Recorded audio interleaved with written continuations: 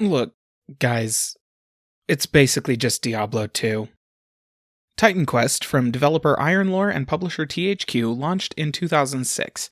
What you're seeing now is the Anniversary Edition, which includes the expansions and was released by THQ Nordic onto Steam and mobile devices in 2016. It is an isometric fantasy action role-playing game, and in every way that counts, it feels exactly like Diablo 2 to play. I'm tempted to say that Ironlore might have been cribbing Blizzard's notes on this game, but that implies a level of detachment that the game doesn't really achieve. Through the 2 hours I've put in thus far, the game has attempted to tutorialize me 29 different times. After the first 2, I didn't bother to read any of the others at all, until I got to the one about death, because I was just using my Diablo 2 reflexes and everything was working out just fine. Click on the people with icons hovering over their head, then go to where they tell you, and click on all the stuff that attacks you until it stops, pick up literally everything that falls on the floor, then go back and click on the icon person again to get more stuff and more XP. Then find the merchant and sell everything. Rinse, repeat.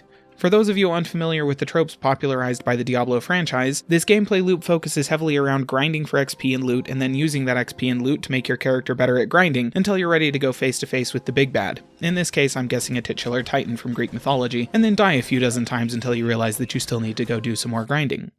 You aren't doing conversation trees or making meaningful choices that influence the outcome of the story, and the non-player characters are basically there to give you quests for a slightly boosted rate of XP gain and sometimes additional loot when you've finished the quest. You'll spend the vast majority of your time out in the countryside pummeling skeletons and going through the frankly unreal amount of stuff that they were carrying on their distinctly unclothed persons, opening up dozens of chests and fresh graves that are still also somehow full of useful stuff. Your favorite person back in town will be the merchant that will buy anything off of you, even if you rock up with literally 700 torches and a bizarre lack of understanding regarding how supply and demand affects local economies. There are very few differences of any kind between Titan Quest and the Western isometric ARPG that set all our current tropes, let alone differences of any substance. The skill points work just about the same, the skill tree works just about the same, and the loot from this game would drop into the inventory of Diablo without feeling at all out of place. In terms of gameplay, it really is just Diablo 2. Again. But if you were listening closely earlier, I mentioned that I've played 2 hours so far. This implies an intent to play more, and yes, you are so smart for picking up on that, because I can confirm that I do in fact intend to play more.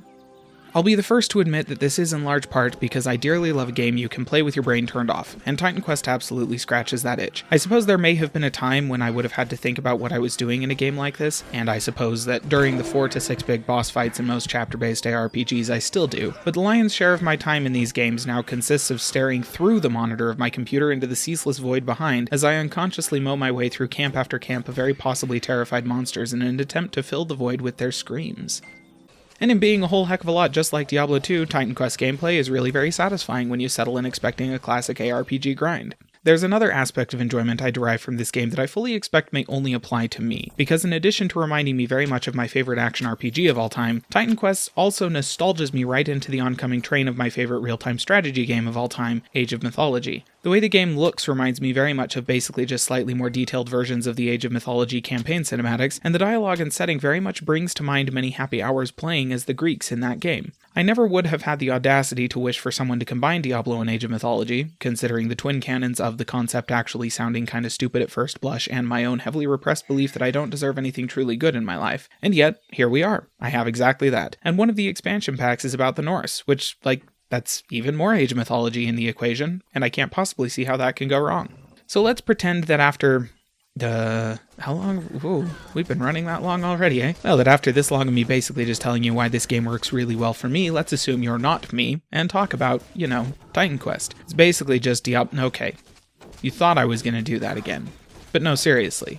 Let's talk about how Titan Quest shakes up the Diablo formula besides being set in mythological Greece. The main way is by killing the class system. Alright, there is a class system in Titan Quest, but your character isn't a class, if that makes sense. You start out by giving yourself a name, picking a gender and a tunic color, and well, that's it. It's not a character creator by any serious RPG's definition, but it gives you more of a blank slate than Diablo did. Then once you gain a level or two and have a chance to get a feel for how the basic combat plays, you get to read through the available specializations and pick which one you want to go with. There's no multi-classing unfortunately, but there is a broad selection of classes here, so I'm sure you can track down something you like. Personally, I defaulted to what is basically this game's version of a druid, because much like Titan Quest itself, actually, I just cannot seem to shake the chains that bind me to Diablo 2.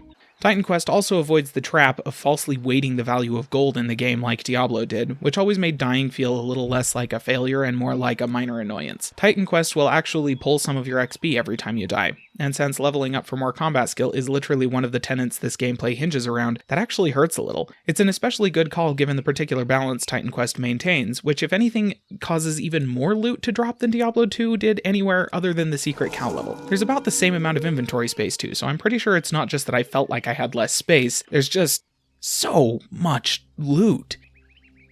Look, I'm not telling you to go play this right now because it's amazing. If you own Diablo 2 but you've only played it a little and you're thinking maybe you'd like to give a solid ARPG another go, then you can just go keep playing that, which you can totally still do because Blizzard's support for their older games is frankly a little terrifying. The gameplay in Titan Quest is, again, basically cloned, and we're all very much aware that nobody actually plays these hack and slash ARPGs for the story. But if, like me, you've played your way through Diablo 2 enough times that you can recite all the cinematics from memory and the phrase, "Stay a while and listen," makes you curl up into a ball on the floor and weep silently until you're frothing at the mouth, then Titan Quest will give you the same satisfying gameplay in a package that you can't predict exactly from one moment to the next, procedurally generated dungeons notwithstanding. In point of fact, I can't actually verify that Titan Quest does have procedurally generated dungeons, so replayability may be worse than Diablo. But it only costs a couple bucks at this point, and if you're just looking for something that feels like Diablo but isn't actually Diablo, you're going to be very pleased.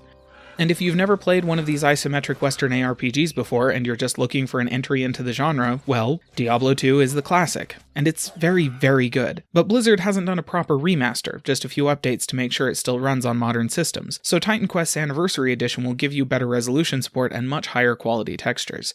Or, I guess you could go play Diablo 3. Or better yet, just wait for Diablo 4 to come out. No, wait, that's kind of dismissive. This will cost less than those options, so if funds are a concern, this is probably the way to go on a modern computer. Titan Quest is a poor man's Diablo. There you go. Put that on the box art.